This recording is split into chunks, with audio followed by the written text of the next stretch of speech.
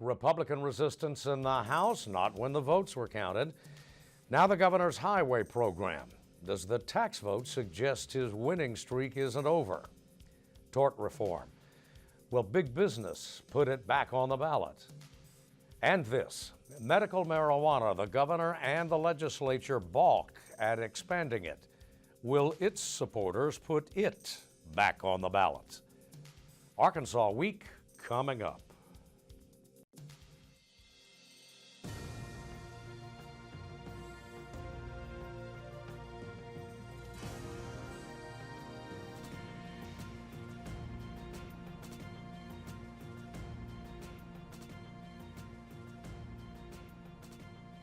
Support for Arkansas Week provided by the Arkansas Democrat-Gazette, the Arkansas Times, and KUAR-FM 89.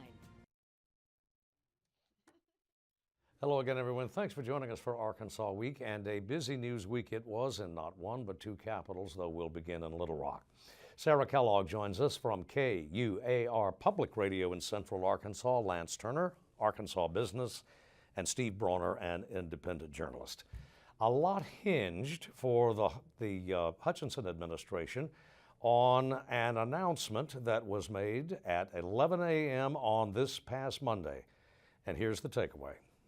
I am pleased to announce today a $300 million highway funding plan for the state of Arkansas. You might ask, well, why $300 million? Well, I would point out that, first of all, it is the largest single highway plan in our history, and it will allow our highway department to maintain our roads and highways, but also to allocate additional funding for new lane construction. And there was a little change too, Steve Bronner, in there for cities and counties as well. Yeah, about $110 million. Traditionally, they've each gotten 15% of any kind of new highway revenues. So kind of need those to have the political support statewide. Don't want the county judges and the mayors going against your plan. That's tough to get rid of. So it definitely adds to the cost and takes away from the highways. This was still short of what the highway department, or the Department of Transportation, has been asking for a long time. They're more in the $400 to almost $500 million range. $300 million, though, is a lot of money. Well, if there is anything, though, that Mr. Hutchinson may have wanted more than the highway program, it was his tax bill. Well, the plan was always to go with taxes first, get that out of the way, and then do highways. But it turned out that there were too many legislators who wanted to make sure we did highways. Show me the money. Right. So that came. So before he was able to really push that out all the way and get the votes he needed, he had to make this announcement. Yeah, absolutely. Senate President Pro Tem Jen Hendry basically said during the announcement, like, we had some votes that were needed to pass the tax cut because it did fail in the Senate last week before eventually passing the next day. And he said, like, there were questions about the highway plan, and we needed that highway funding. And so I think it was a big push to get this tax plan going forward. They needed this announcement. Yeah. Lance? Legislators have apparently been getting a lot of calls from constituents about, do not leave Little Rock until you fix our roads. And that's also a call that's been echoed even in Arkansas industry and in business sectors too. The state of the roads are in pretty bad shape. I think everybody here would agree. It's not good, and it's been costly to the Arkansas trucking industry as well. And they, by their kind of calculations, they figure this is going to mean the hike in the diesel tax, which is an element of raising money for this plan, is going to mean about $41 million extra cost to them per year. They're happy to pay it or pass it on, however they do that, because they feel like that's going to make up for the equipment maintenance, the lost time in terms of having to reroute yourself around these rough patches in the state, and could even help with driver recruitment. There's some indication by the ATA that that if you know you're going to be sitting in a truck waiting to reroute or driving across really terrible roads, that's another strike against being an Arkansas trucker. So they're happy to pay for it. They think they will take part in the campaign to approve the constitutional amendment for the $200 million piece, the extension of the half-cent sales tax that's already in place. They are thrilled to have this, is the bottom line. And construction industry is very happy about it as well. They're ready to get off the sidelines and go to work too, even though they think, a lot of them say, like I think Steve sort of hinted at, this probably doesn't, excuse me, meet all of our needs, right? This is still a far cry from what a lot of people want and say we need. It doesn't do much about major projects, like I think I-49 is among them. This doesn't quite get us there in those terms, but meat and potatoes, basic maintenance and upkeep, which we desperately need, this is a big boost to that. Yeah, the Department of Transportation said like 300 million was one of the targeted amounts that they could work with. So I mean, obviously they all want more money, but they're not going to turn it down. No, they're not going to turn down the money sure, for sure. So this was at least something that they could work with. They Right. don't feel like it was below what they needed. Right. And Steve, they're not getting, the Arkansas Highway Establishment, Arkansas motorists, they're not getting a lot of encouragement. It's not much encouraging news out of Washington at all in terms of assistance on infrastructure. No, all through. I mean, you heard since the beginning of the Trump administration, and of course long before that, that infrastructure is an issue that maybe Republicans and Democrats can agree on. Everybody seems to want new roads, but we haven't raised the federal gas tax since 1993. That's how you pay for highways. Now we're taking out of the general budget. The events of the past couple of years, and of course the 8 years before that, not much hope that the Republicans and Democrats in Congress are going to get together and come up with a highway plan. So either we do it or it doesn't get done. Well, is it necessarily a done deal? The gentleman from Bentonville, Mr. Douglas, thinks the administration plan would not put enough money on the highways right away as his alternative plan. Well, nothing's a done deal at this point. There's always the optics of the fact that the tax cut is going overwhelmingly to the highest earners. Then we're going to turn around and increase taxes on drivers, people who are buying things in stores. So that's an issue.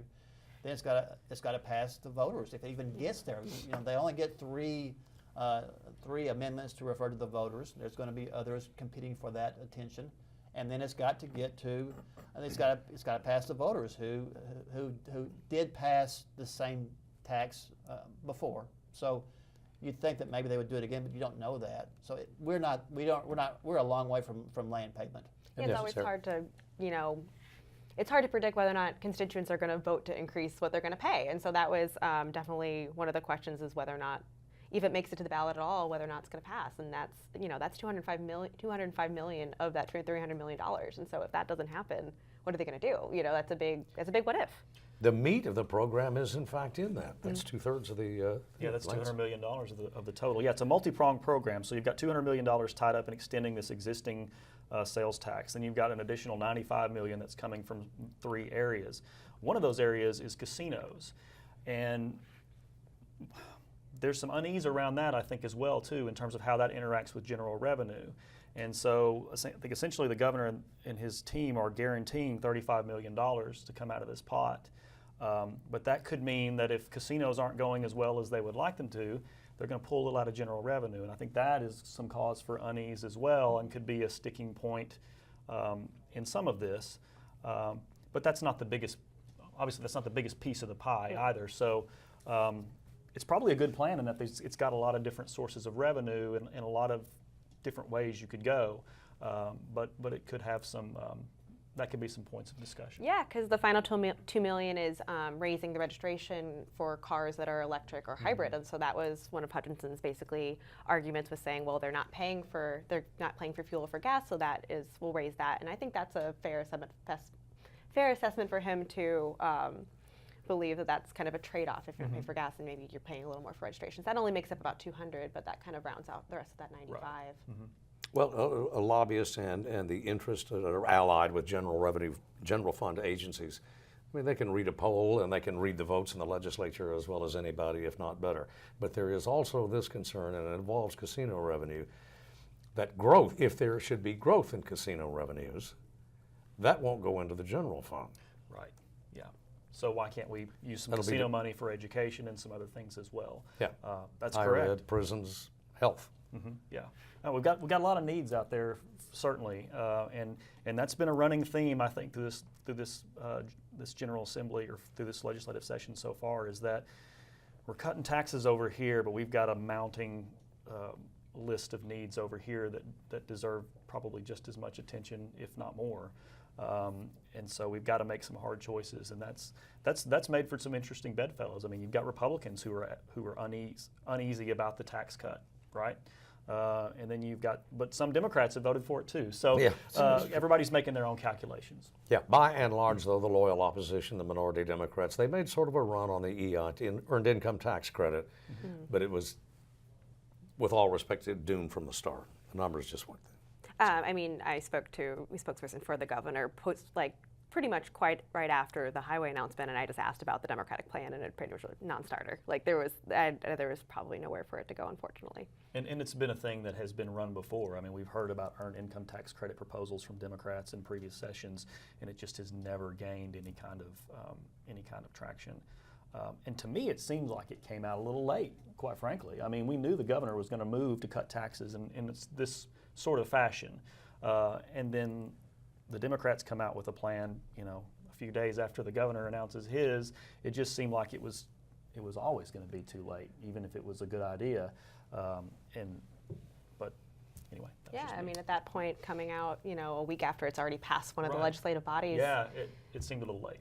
Or if the betting is on the administration's highway program, or something very close to that, looks good.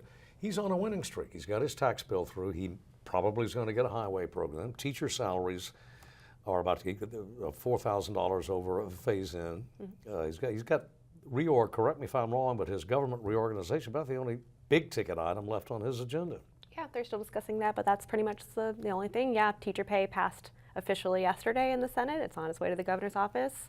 $60 million for 4 years, and then they have to figure out where the rest of that money is going to come from after that. But that's a different problem they're going to have to deal We'll with worry in about next that years. later. That's right. Yeah, I mean, it's I want to say it was Christmas in December for the governor. I mean, he's getting all the things that he wanted on his wish list. I don't know what to chalk that up to. I mean, I'm sure there was some savvy planning there, and obviously the tax cut plan has been a multi-year project for the governor. I mean, he's passed taxes and for the lower income folks and middle income and now higher income, and he sees that as all of a piece, and so he's done very well. But he's always done well. So this is his third session, and so far he's rarely lost. And I don't know if I kind of chalk that up partly to the fact that we're still in this kind of realignment of Arkansas politics, and so far everybody's still on the same team. If the Republican domination of Arkansas politics continues for too long, I feel like there'll be at some point it'll get more unruly, like it was eventually when the Democrats controlled everything. So there'll be more factions, but for now, Arkansas state politics almost operates like a British parliamentary system, where you have the prime minister is the governor, and that's the government, and the legislature has its say, and then you have a number of, I hate to use the word backbenchers, but more influential legislators than others, and typically the legislature sort of follows the governor's lead. Now that will eventually stop to some degree, or at least there'll be more of an assertion of the legislative branch, and that might happen this session to some degree. But so far, the governor still gets most of what he wants. No Brexit right now for Arkansas. All right, anyway, but there's this. The administration also got its way this past week in committee when there wasn't even a motion to proceed on a marijuana bill that the gentleman from North Little Rock had proposed. Yeah. It was a bill that would expand to almost 40 different conditions that would apply to qualify for a medical marijuana license. And so that bill didn't even make it past committee. And the commissioner, they just had a meeting recently about that, talking about the expansion of the plan. And commissioner said they have the ability to expand to more dispensaries, but they kind of want to see what the market is like right now. But as far as expansion goes, it looks like it's just going to be through the specific conditions that are already listed, and it's just going to be through medical marijuana. Obviously, looking towards the future, is recreational marijuana going to be on the ballot? That's the question, right? That is the question. It looks like we'll get an answer pretty soon. Marijuana advocates came out of that meeting, I think, disappointed and unhappy. And Melissa Fultz, who's been one of the key advocates for medical marijuana in Arkansas, said, I think we're going to submit something now, a proposed constitutional amendment to get recreational marijuana, and it'll be on the 2020 ballot, assuming that it's approved by the Attorney General and all that. So you'll see her proposal go to the Attorney General, and you'll also see David Couch's proposal go to the Attorney General too. And I've heard him talk a lot over the months and years, and he's had his sitting on his computer hard drive for a long time, just waiting for the right time to put it out there. And even talks about writing our current law with that future in mind, and so that it would accommodate that eventual getting to recreational marijuana. So. So that's coming. That expansion is coming. I think obviously what chilled the vote or the non advancement of this expansion the other day was the governor didn't want it, and the governor pretty much wants to just let the current situation come to fruition, get the dispensaries up and running, the cultivators up and running, see what the market is like, see how it plays out before adding all these additional medical conditions to it. That was his line anyway. And apparently Doug House wasn't really aware that was his line until he ran the bill in committee. But Tort reform, anyone? Well, we have 3 potential amendments. You got to think highways will be one of them. You don't know. There's another. There were 31 presented for consideration. 3 deal with tort reform. One of them would kind of shave off all the different things that the Supreme Court didn't like last time. Wouldn't even set specific limits. It would just say that the legislature can cap damages. Senator Hester is the primary sponsor of that, and so we'll see if that happens. There's a great desire to have some kind of tort reform. Millions of dollars were spent in support of that, and it went obviously nowhere in the past election. So I think that there will be an effort to try again. We'll see. The key, of course, for the last election was that it did more than just set those limits, right? I mean, it was trying to have the legislature have more of a say over the rules of the judiciary. And that brought the judiciary out in big numbers against it. They didn't like that at all, one bit. And then it got tossed from the ballot. So this time you would think with more of a pared down proposal that if they're going to pick one, they'll pick one, and it should, it stands a better chance of staying on the ballot and perhaps going before voters if that's among the ones they choose. Sarah, thought on that one? I mean, mainly just on the amendments filed by Hester and the limits of the damages. But I mean, it just depends on whether or not they continue to try to push what exactly they can get. Just see push what they can get on the bill without being struck down. So I think it's more going to be a moderate proposal than maybe that was the year before. But as far as that, it just depends on how it gets through the legislature. On anything that could be construed as a, quote, social or cultural issue, this General Assembly continues to tack hard right.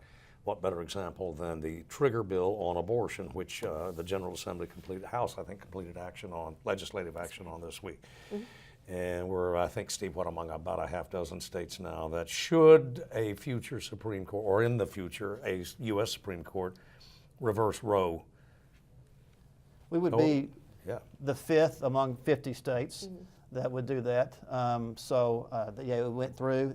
So basically, if Roe versus Wade ever is overturned, Arkansas would automatically become an anti-abortion state where you could not get an abortion except if the mother's life was in danger. And it's also 2 other states, Kentucky and Tennessee, at least in my knowledge, have also passed similar bills this year. So we would be joining a couple other states if that were to happen. And it did ultimately pass. So there was some actually bipartisan votes against it. It wasn't just Democrats that were voting against the legislation. There were a few Republicans that voted against it in the House as well. Yeah, very emotional argument. Absolutely very emotional. And also to say this isn't the only abortion bill that might be happening. There's already a bill that was filed this week that would cap it at 18 weeks. So even though this is a very trigger if the U.S. Constitution changes or if there's a Supreme Court change, that would trigger this. But they're already Arkansas as a government is already trying to make some changes already to abortion as is right now. Abortion, guns, constitutional convention, long an objective of some conservatives, and a couple of other issues. This is I said it before to repeat myself, it's tacking right.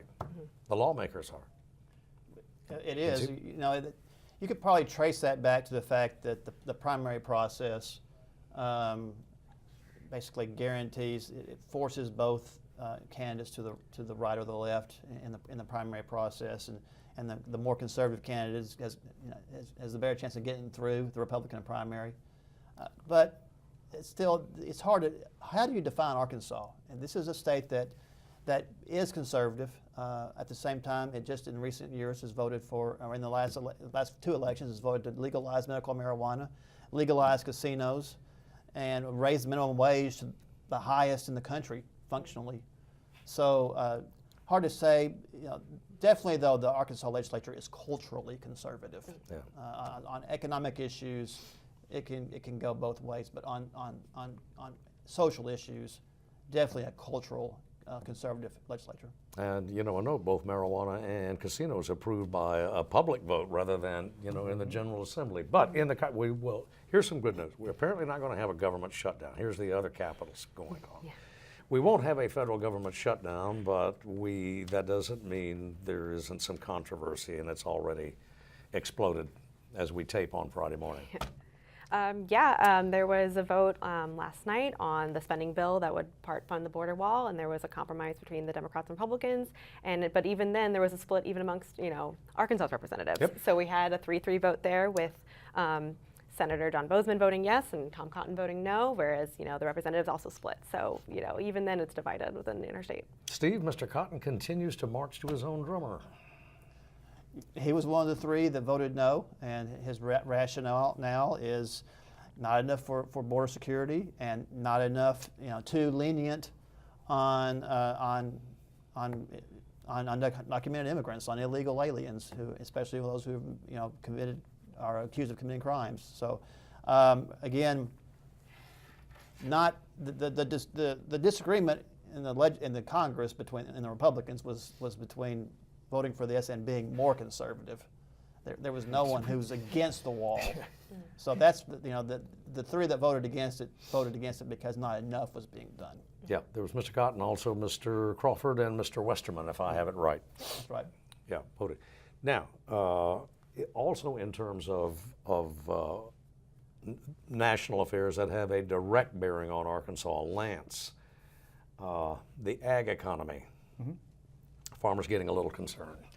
That's right. Yeah, but yes and no though. That's what been was interesting. Concerned. They have been concerned, but also so there was a big agribusiness conference. There's an annual conference that takes place in Jonesboro every year, and up on the campus of Arkansas State University. And we had a reporter there on Wednesday, and he was interested when he came back. He said, they are worried about this trade dispute and where it's headed, but there's nobody who's really against it. They're pretty happy that somebody has finally taken it to China in a real way.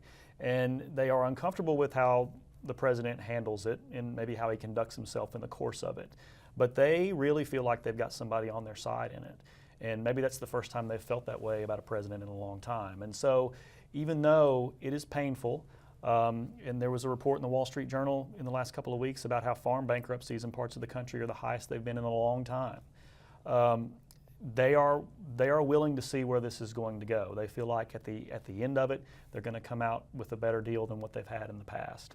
There's a lot of nuance, underneath all of that. But I think that was sort of the main takeaway. That was what our reporter sort of brought back from that, and he was, I think, a little surprised by it too. But they're, worried in the interim, yes, but totally on board with the bigger picture of trying to get a better deal from China and really, take it to them. Beans at under 9 1/4 now, I think. That's right. Yeah. I mean, everybody's realistic about it's going to hurt, and it is hurting. But again, I think they're happy that somebody's fighting for them in some fashion, and trying to work a bigger deal. Everything from, even intellectual property concerns. I think there's this recognition that China has been ripping off the United States and United States businesses for decades, and they want that to stop as well. So all of that plays into that mixture when farmers are thinking about, federal policy in their businesses. And retail? Retail got a bit of a shock this week. Looked like retail sales coming out of December sort of ended on a down note. In fact, they declined by the most amount since the days of the recession. So I think there's a feeling that, in December, consumer confidence was starting to wane a little bit, and I think people were sort of there's just been this feeling that something bad is coming, a recession of some sort is coming, and that might have been borne out in some of those numbers. Retailers saw a decline in receipts. E-commerce retailers in particular saw a decline in receipts. That brings us back to Arkansas now. That does bring us back to Walmart and Dillard's and our retailers here. And the Arkansas General Assembly. And the General Assembly, who's watching their budget, and they've passed a tax cut now. So yeah, I mean, something's in the air. Is it going to be real, or are we headed for a slowdown? I mean, I don't know.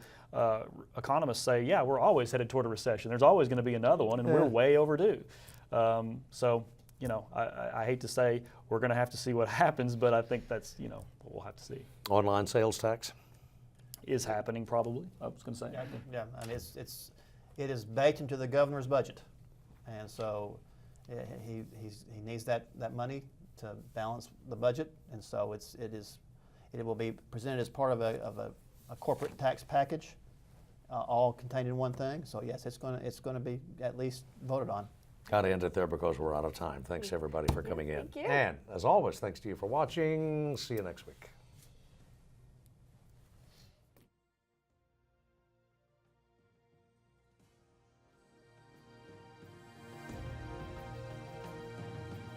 Support for Arkansas Week provided by the Arkansas Democrat-Gazette, the Arkansas Times, and KUAR-FM 89.